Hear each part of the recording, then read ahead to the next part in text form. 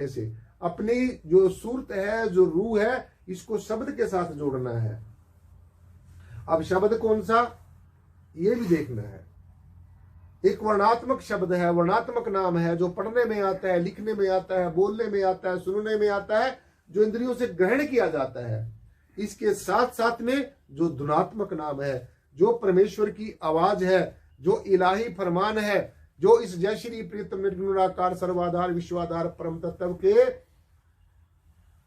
लोक से, आत्मलोक से, सच लोक से, सचखंड से, जहां की भी हमारी आत्मा जो है ये रहने वाली है, जो इसका सोर्स है, जहां से जन्म जन्मांतरों से, मुद्दतों से हमारी जीवात्मा साथ संगति परमेश्वर से बिछड़ी हुई है।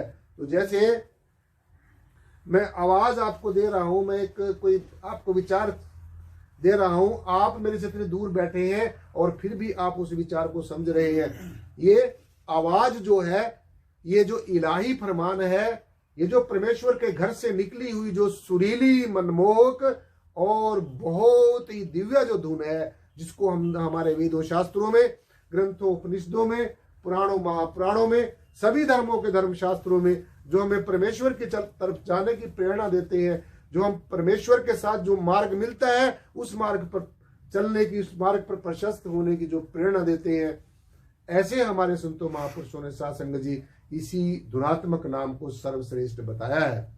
ये धुनात्मक नाम ये किसी के बजाने से नहीं बज रहा है, जैसे बाहर की आवाजें बजाने से बजती हैं, जैसे म्यूजिक बजाया जाता है, हाथों पैरों से बजाया जाता है, वो एक आवाज होती है। लेकिन ये जो म्यूजिक है, ये जो नेचुरल म्यूजिक है, ये जो कुदरती संगीत है, ये सब के आपके अंदर नित्य प्रति हो रहा है, हिलोरे ले रहा है।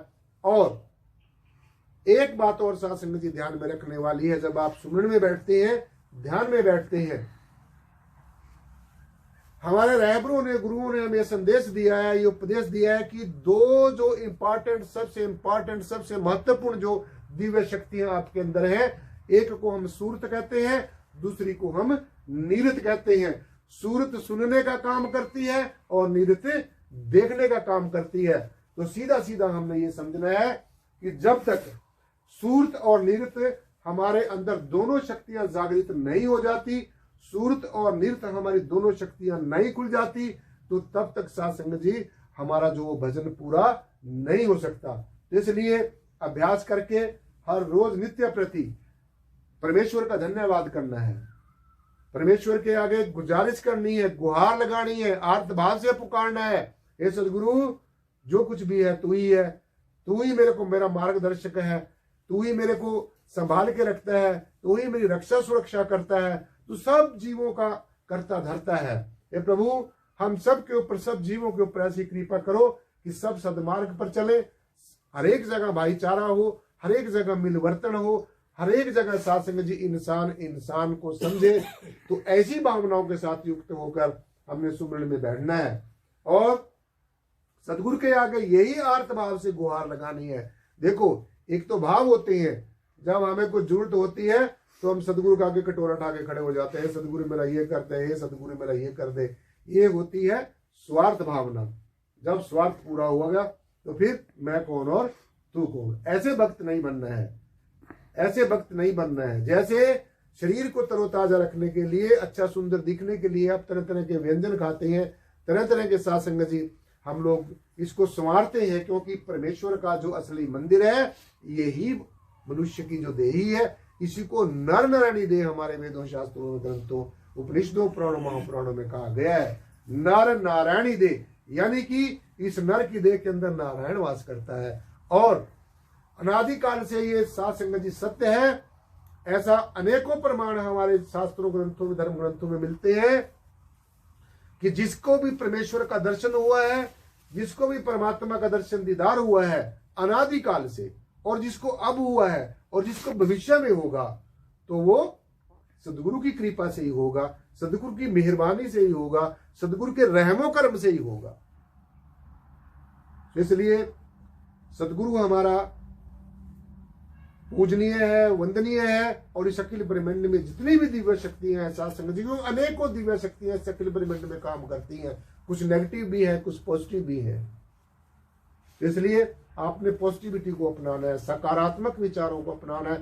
सकारात्मक विचारों के अंदर बहुत बड़ी शक्ति होती है और इन्हीं विचारों को ओतप्रोत होकर, इन्हीं विचारों की भावनाओं से युक्त होकर हमने ध्यान में बैठना है। तो जब आप ऐसा करोगे, जब आपकी सूरत खुल जाएगी, नित्य प्रति आप अभ्यास करोगे, तो जब सूरत खुल जाएगी और जब आपकी निरत खुल जाएगी साथ संगत जी, जब अब आप अपने ध्यान में बैठकर सूरत और निरत दोनों शक्तियां खुल जाएंगी, दोनों दिव्य शक्तियां जागृत हो जाएंगी, फिर आपको किसी से पूछने की जरूरत नहीं पड़ेगी, फिर आपको किसी से सलाह लेने की जरूरत नहीं पड़ेगी। सूरत अपना काम करती रहेगी, निरत अपना काम करती रहेगी और आप सूरत और निरत जो दो आंखें आत्मा की बताई गई है, हमारी आत्मा हमारे ऊपर दोनों आंखों से राज करती है। सूरत के द्वारा सुनती है और नृत्य के द्वारा देखती है। अब कहते रहते ना, हम लोग कई बार कहते हैं भगवान सबकी आवाज सुनता है, तो हमारी आत्मा सूरत के द्वारा हमारी हर एक गुहार को सुनती है। और अब हम क्या देते हैं कि परमेश्वर सब कुछ देख रहा है, तो नृत्य के द्वारा हमारी आत्मा सब कुछ साक्षी बनकर, एक गवाह बनकर, सब कुछ दृष्टा बनकर देखती रहती है। इसलिए साथ संगत जी, हमने जो व्यर्थ की बातें हैं, जो बाहर के लौकिक शब्दों के आधार पर व्यर्थ की बहसबाजी है, व्यर्थ का तर्क वितर्क है, निराधार बातें हैं, नकारात्मक विचार है, उनको जितना जल्दी हो सके अपने अंदर से बाहर कर देना है। और जहां पर पॉजिटिविटी हमें मिलती है, और पॉजिटिविटी कहाँ मिलती है, ये किसी दुकान पे उधारी नहीं मिलेगी, खरीदने से नहीं मिलेगी, ये सिर्फ और सिर्फ नित्य प्रति क्लास में आना, जमात में बैठना, सत्संग में आना और अपने सदगुरु भगवान के आदेश और उपदेश की पालना करनी। तो जो सदगुरु भगवान के और समय का सदगुरु होना चाहिए, ये नहीं कि जो पहले सदगुरु आया अब आप उन्हीं को पुकारते रहो। अब जो हमें उपदेश देगा वो सदगुरु हमारे पूजनीय है, उन्हीं के पद चिन्हों पे चलना है, उनके कही गई जो बातें हैं, जो कही गई जो वाणी है, उसके अंदर जो रहस्य छिपा हुआ है, वो तो साथ संगत जी हमें लिविंग स्पिरिचुअल मास्टर ही समझा सकेगा।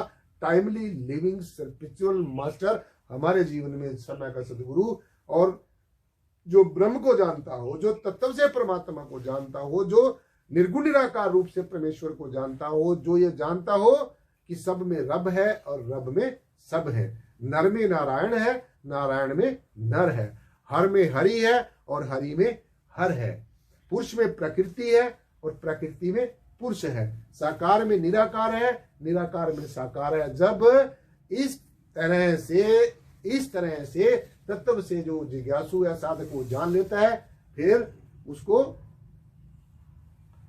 किसी द्वैत भाव की, किसी ईर्ष्या की, द्वेष की और उसके अंदर कोई सवाल उठता ही नहीं है। वो सब के अंदर एक ही परमेश्वर को जानेगा।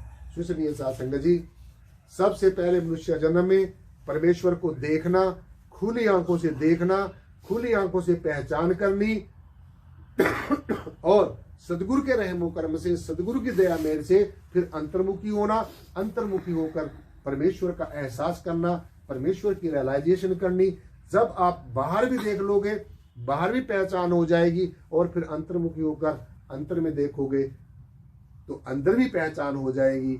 फिर साथ संगत जी, आप ये कह सकते हैं कि परमेश्वर दाएं भी है, बाएं भी है, आगे भी है, पीछे भी है, ऊपर भी है, नीचे भी है, सब जगह निराकार निराकार है, सब जगह परमेश्वर परमेश्वर है, सब जगह ये ज्ञान स्वरूप और प्रेम स्वरूप परम सत्ता है, सब जगह यही जो परम सत्ता है एग्जिस्ट करती है, इससे अलग और कोई चीज है ही नहीं है। इसीलिए संतों महापुरुषों ने क्लियर तौर से बताया, स्पष्ट तौर से बताया और एक ऐसी स्टैंप लगा दिया साथ संगत जी कि इससे ऊपर नहीं विचार, जाके मन बसे निराकार। साथ संगत जी, प्यार और सत्कार के साथ बोलना जी। जो बोले तिस बलिहार। सदगुरु शहंशाह प्रीतम नाथ जी महाराज की। जो बोले तिस बलिहार। सदगुरु शहंशाह बूटा सिंह जी महाराज की। जो बोले तिस बलिहार।